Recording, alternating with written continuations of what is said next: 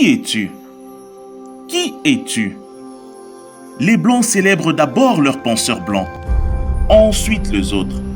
Bien sûr que c'est légitime. Les Noirs néocolonialisés et complexés, ceux qui pensent que c'est le blanc qui réfléchit mieux, et surtout qu'en mimant le penseur blanc ils deviennent plus intelligents, célèbrent uniquement ou majoritairement les penseurs blancs. Mais les Noirs émancipés, ceux qui sont fiers d'être noirs et se trouvent égaux aux autres, célèbrent prioritairement leurs penseurs noirs, ensuite les autres. Bien sûr que c'est légitime. La foi chrétienne n'est pas une invitation à célébrer la culture blanche, mais plutôt à célébrer le Messie universel qui vient dans nos cases africaines, dans nos réalités et cultures. Qui es-tu?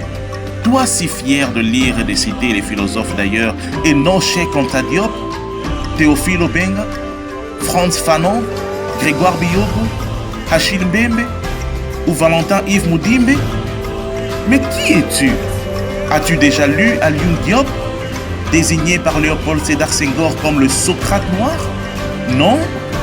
Trop occupé à frimer sur du Jean-Jacques Rousseau? Qui es-tu? Toi si fier d'avoir lu plusieurs livres de John MacArthur, John Piper, sans même connaître ces monuments théologiques, ces grands noms congolais de la théologie africaine, reconnus dans le monde entier, ces génies qui étaient Godefroy Mana Kangoudié, alias Nkaman. C'est au mois de juillet de l'année passée 2021 qu'il nous quittait. Paix à son âme. Qui es-tu? J'aime bien lire Timothy Keller, mais lire James Halcona par exemple résonne différemment avec quelque chose en plus. Les noms des Moulago, Sempore, Mvang, Uzuku, Bongo, Magessa font désormais partie de la richesse de réflexion théologique de l'Église entière, au même titre que ceux de Ranner, Cholbix ou Dietrich Bonhoeffer. Pourquoi tu ne consommes pas d'abord les tiens qui sont dans le même contexte culturel et identitaire que toi? Le Christ n'est-il donc pas affranchi du complexe d'infériorité? Qui es-tu? Tous les penseurs philosophiques ou théologiques, Europe, Afrique, Asie, Amérique, Océanie, comme des égaux de réflexion doctrinale ou intellectuelle, s'enrichissent mutuellement de par leur diversité, contextualisation et articulation.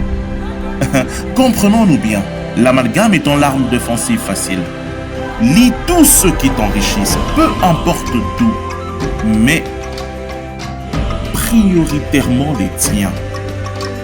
Les Européens agissent ainsi, les Asiatiques aussi. Pourquoi pas les Africains? L'unité ne gomme pas les appartenances. Nul ne plébiscitera les tiens mieux que toi. De même, nul ne te plébiscitera toi, tes œuvres, mieux que les tiens. Tout est question d'éducation collective. Bien sûr que c'est légitime. Qui es-tu? Africain et fier de l'être?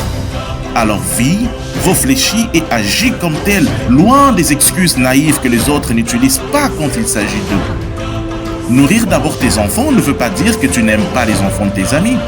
C'est juste une question de priorité, de bon sens.